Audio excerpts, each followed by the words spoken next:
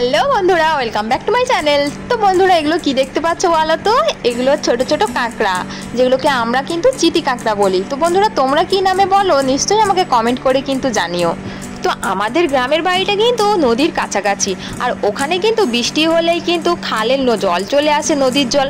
আর ওখানে কিন্তু প্রচুর কাঁকড়া ওঠে, আর এমনিতেও তো মাঠগুলো ডুবে গেলে প্রচুর মাছ পাওয়া যায়, ওখানে মাছ ওঠে। আর মা কিন্তু আজ অনেক কাঁকড়া ধরে এনেছে ওখান থেকে। আর এই যে কত কাঁকড়া এনেছে, আর ওইগুলোর কিন্তু অলরেডি কাটতে বসে গেছে। আর এই যে অলরেডি অনেক কাঁকড়ার কিন্তু দাঁড়া কেটে ফেলেছে। এই ছোট ছোট কাঁকড়াগুলোকে কিন্তু তেঁতুল দিয়ে টক করলে খুব ভালো লাগে খেতে, আবার ঝাল করলেও কিন্তু খুব ভালো লাগে খেতে। তবে আজ আমাদের হবে কাঁকড়ার ভাজা। বন্ধুরা, কাঁকড়াগুলোকে কিন্তু কেটে ভালো করে ধুয়ে তারপরে এই যে তেল, লঙ্কা, পেঁয়াজ দিয়ে খুব ভালো করে ভেজে নেওয়া হয়েছে। আর এই ভাজাটা খেতে এত সুন্দর লাগে বন্ধুরা, কি বলবো।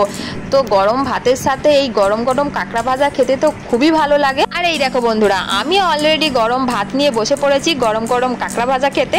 আর এত সুন্দর লাগছে বন্ধুরা, কি বলবো।